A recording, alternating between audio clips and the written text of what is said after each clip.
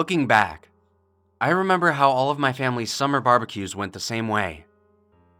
There'd be the initial bustle of uncles and aunts arriving with children, clinking paper bags full of liquor, and lopsided foil trays full of macaroni and lasagna.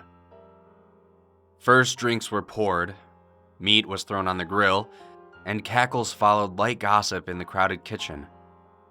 We ate, parents drank, and as the afternoon progressed, all of the cousins overcame their shyness and darted around the open backyard. The older crowd took up residence in the plastic woven chairs with cups in their hand.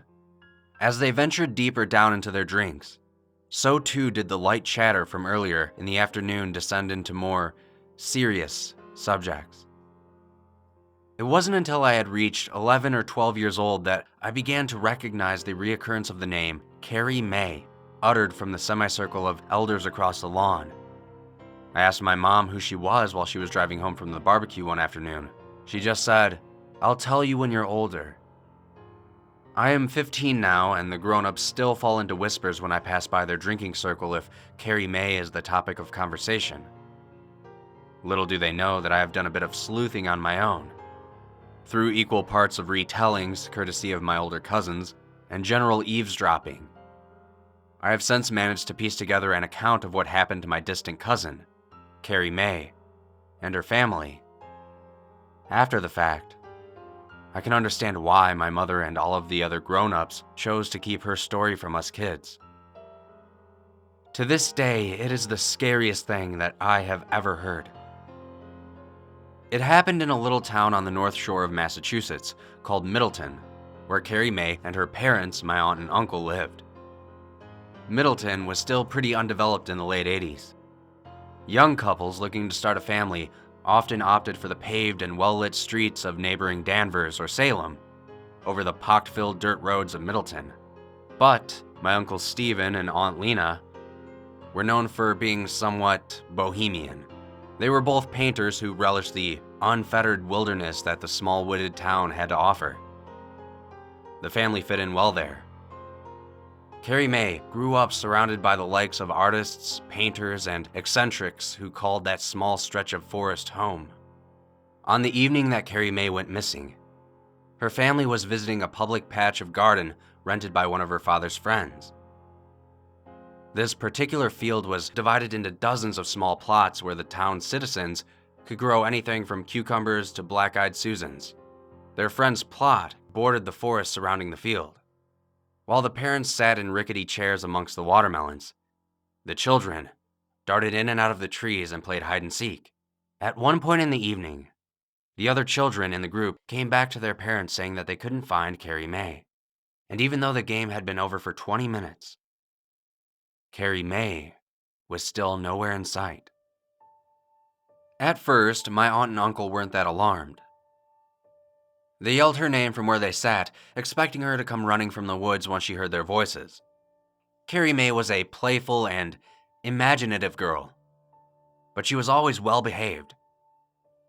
That's why my uncle and aunt started to get worried only after a few minutes of receiving no answer from their calls into the woods. As the sun began to set, flashlights were retrieved from the cars, and the grown-ups in the group fanned out into the surrounding woods to search for Carrie May.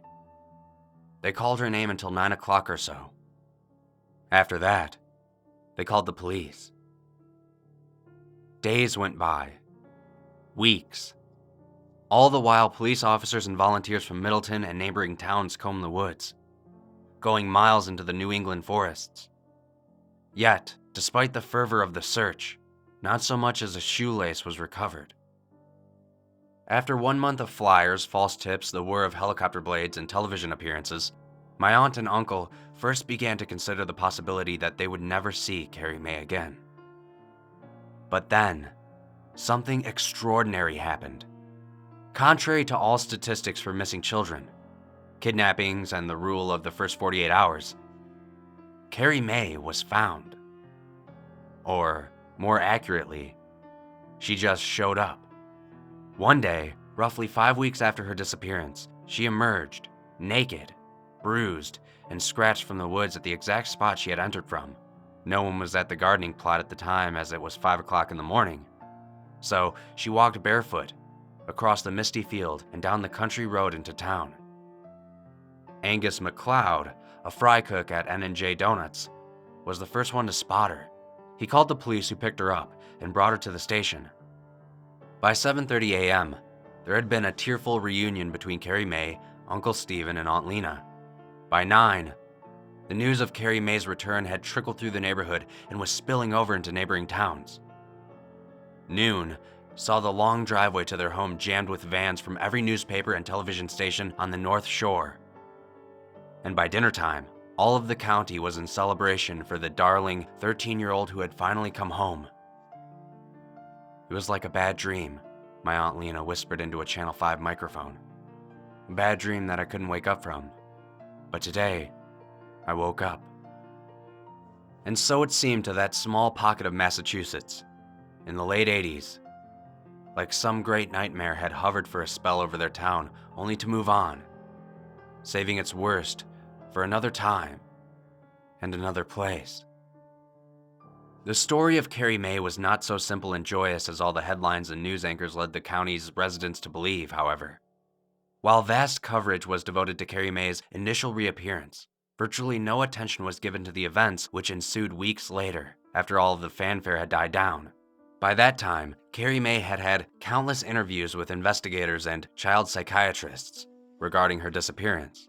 Each of these efforts to discover what actually happened was discouraged, however, by Carrie Mae's persistent reply, "I don't remember anything." Making no headway, the professionals backed off, but encouraged my aunt and uncle to monitor Carrie Mae carefully for any unusual behavior. To be honest, they were just happy to have their daughter back. Carrie Mae was home. What was there to worry about? And indeed, for the first few weeks after Carrie Mae's return, there did seem to be little need for concern. Back at home in her own room, Carrie Mae quickly slid back into the old grooves of life as usual. She strung and beaded together dream catchers, feverishly chopped up fashion magazines for a new collage, played Carole King's Tapestry until the needle was shot, and ate tomato and mayonnaise sandwiches by the stack, with a side of cherry Coke, of course. My uncle hired a few extra hands at his house painting company so that he could take some time off. The three of them made a trip up to Kenobi Lake Park, where Carrie Mae rode the Cannonball roller coaster a total of 8 times in 2 hours, breaking her own record. It truly seemed that life had returned to normal for the small family. Unfortunately for Carrie Mae, Uncle Stephen, and Aunt Lena, those 2 happy weeks would prove to be no more than the eye of the storm. Something truly sinister lay on the horizon, and it came for a visit about 3 weeks after Carrie Mae's return. On the night it happened, Carrie Mae woke up her parents, saying that she couldn't sleep because of the noise in her bedroom. When asked what it sounded like, she said it was a sort of rubbing or grinding. My aunt and uncle went to her room, switched on the light, checked the corners and closet. They listened too, but after a minute of hearing and seeing nothing out of the ordinary, they told Carrie Mae that they could just sleep with them that night, that they'd take a closer look at things in the morning. So, all 3 of them went to bed and were soon asleep. In the very early morning, my aunt woke up to go to the bathroom. It was down the hall on the left, just past Carrie Mae's room. After using the toilet, she was passing back by Carrie Mae's room when something caught her eye at the window. From the door, she could see Carrie Mae's window, which was open as it had been earlier that night. Nothing unusual there. What was unusual, what made my aunt's blood suddenly run cold, was the flap of torn screen hanging down into the room. Slowly, she padded past the threshold, across the floorboards, over to the window.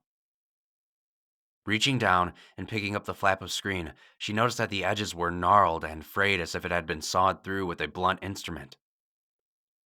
With a chill, she realized that this was likely the sound that Carrie Mae had heard, the cutting of the screen in her window. As she examined it, she suddenly noticed something long and dark lying on the floor beneath the window. Picking it up, she noted its lightness, how it was smooth on one side but curled and grimy on the other. One end of it was jagged, as if it had been broken off of something. The other was a fine point with a sharp edge running down one side. She had originally thought it was a bone, looking back and forth from the object to the window screen. It was then, just as she came to the sickening realization of what had been used to open the screen, that she heard it. A wet, guttural growl.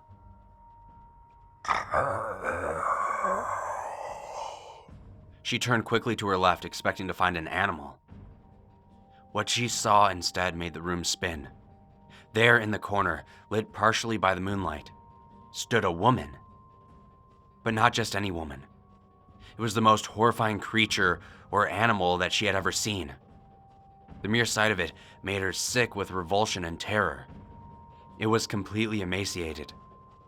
A filthy floral dress hung loosely from its shoulders. Its neck barely looked able to support the large head covered by a great wild and greasy nest of dark hair. Strands shot out in rays all around its skeletal face. Its wide, pale eyes, hid back in two caves within the skull, looked drugged, frantic, desperate, and even a bit mirthful. They hung above a thin, carved sliver of mouth, which seemed to both smirk and scowl, revealing flashes of black, rotten teeth. Bloody scratches and splotches of mud, dirt, and filth speckled its twig-like limbs. It had no shoes on. Both feet were black with earth, and brown, claw-like toenails dug into the floor where it stood. The nails on its hand were easily the length of fingers from which they grew. 9 great black curls hung from 10 grimy fingers. The 10th, of course, Aunt Lena held in her own hand. It had originally belonged to the left index. Upon seeing the cracked stump where it once had been, she dropped it to the floor. The creature raised its right arm and pointed a dagger nail at Carrie May's empty bed. It growled once again. Only this time Aunt Lena realized it wasn't a growl after all. It was a word.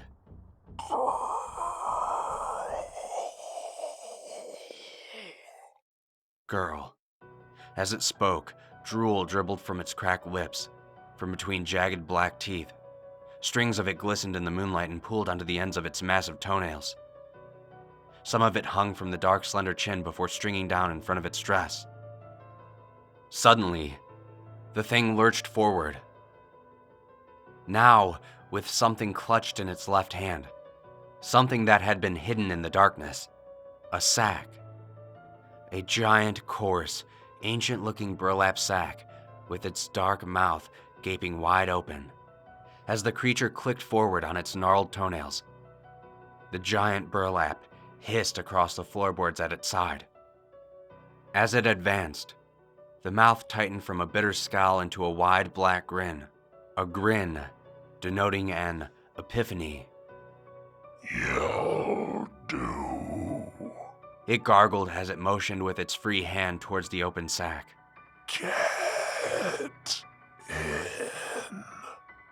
Its eyes went wide, wider than any eyes Aunt Lena had seen before. Its wet black mouth opened and shut in a gnashing grin as it began to make clumsy swipes at my aunt with its right hand. At this point, my aunt had found her vocal cords, which, up until that point, had been stifled with pure terror. Her survival instincts loosened the screams that had been mounting in her chest since seeing that flap of torn screen. She screamed with all the delirium and abandon of a creature caught in the claws of death. Then she backed up against the wall behind her, and she quickly scuttled sideways towards the doorway and dashing, screeching down the hall towards her bedroom. My uncle was already out of bed at that point. He followed my aunt's shaking finger back towards Carrie May's bedroom, only now to find gauzy curtains fluttering in the wind and moonlight. At the window, he could just barely make out a thin, dark form retreating to the forest's edge. Dawn saw many of the same officers who had calmed and questioned Carrie May 3 weeks before combing the property, kicking through tall grass and brush with flashlights. Not far from where my uncle had seen it enter the woods, officers found what looked like a rudimentary campsite. The bones and viscera of squirrels sat in a pile by a leaf pine needle mattress.